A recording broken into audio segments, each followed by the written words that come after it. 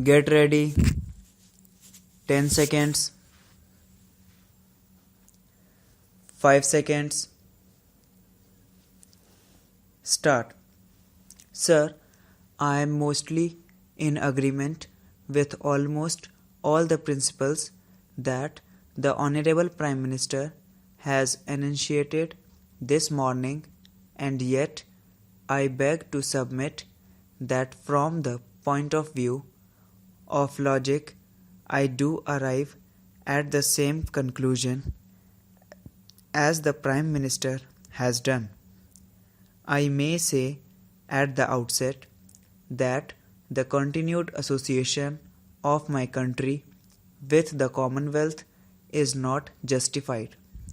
The Honorable Prime Minister said that it is very easy to destroy a thing, but it is very difficult to build. I agree, but the work of an artist who creates something is difficult, and it takes a long time to build a thing, but it is much easier to destroy it. This world of ours is not being created now. It is not something new which is being just brought out.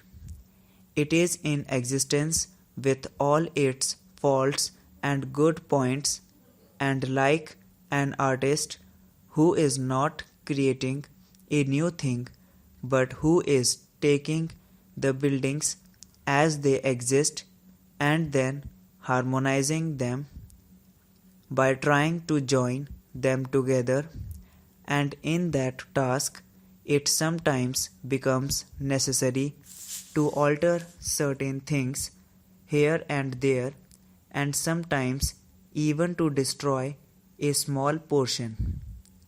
Similarly, in the small world of ours, when in the interest of a greater harmony to build a world with possibly a world government with freedom for all and with chances of development to every nation to the fullest extent, it is possible that some of the old associations may have to be severed. The British Commonwealth started as a British Empire. It had a purpose in this world, whether it was a colonial purpose or some other purpose. It came into existence with a certain set purpose. And then, as the world went on changing, the British Empire also went on changing. Then it was the British Commonwealth, and lastly the word British was dropped. The Honorable Prime Minister said that the United States of America has a closer relationship with the Commonwealth than even India. I support the Honorable Prime Minister's statement, and that is just the reason and just the argument in my favor. If the United States, without being in the Commonwealth, can have as great an association with it, or even greater association with it, than we have, then, sir, our country, India, remaining outside the Commonwealth, can also continue the same association. Sir, the Honorable Prime Minister was vehemently against the Sito and Baghdad Pact and all those things that he thought were against the spirit of the United Nations. He said that the nations can have regional associations. Sir, you will realize that the Commonwealth is not a region. Australia, India, Canada, and the United Kingdom are so far apart geographically from one another that nobody in his imagination can consider them to be a compact area where there may be some sort of an understanding or cooperation. We are aiming at peace, and for the attainment of that peace, we have a world organization, the United Nations. Do you think that the formation of pacts or groups or associations helps in the development, better organization, and control of the United Nations? On the other hand, these petty associations, pacts, and treaties retard the influence of the United Nations.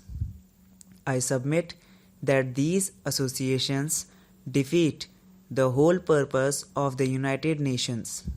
Therefore, if every nation tries a little to break down the small and narrow associations in the larger interests of developing that greater association of United Nations, it is a step in the right direction.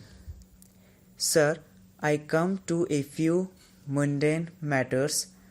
We have our trade relations largely with the United Kingdom. If you see the structure of our import and export trade, you will find that a large part of export goes to the United Kingdom and a large part of our imports comes from the United Kingdom. We are giving some sort of a preferential duty. That preferential duty creates problems for us. Commercially, we find that the cost of production in the United Kingdom has gone up much higher than in any other country. If it is a question of import of machinery, we find that other nations are able to offer us better terms. If it is a matter of our export trade, we find that other nations are able to offer us better prices. This link with the Commonwealth acts contrary to our interests. Our sterling balances were linked up with the sterling. Sir, you know that in 1988 the sterling was worth about $5. Then the sterling was devalued to $2.80. The value of the pound came down by nearly 40%. We had to devalue our currency because we had linked it up with the sterling currency. If it had not been linked up with the sterling, it would have had to be appreciated by 40%. Thus, perforce, we had to rearrange our entire fiscal policy in this way.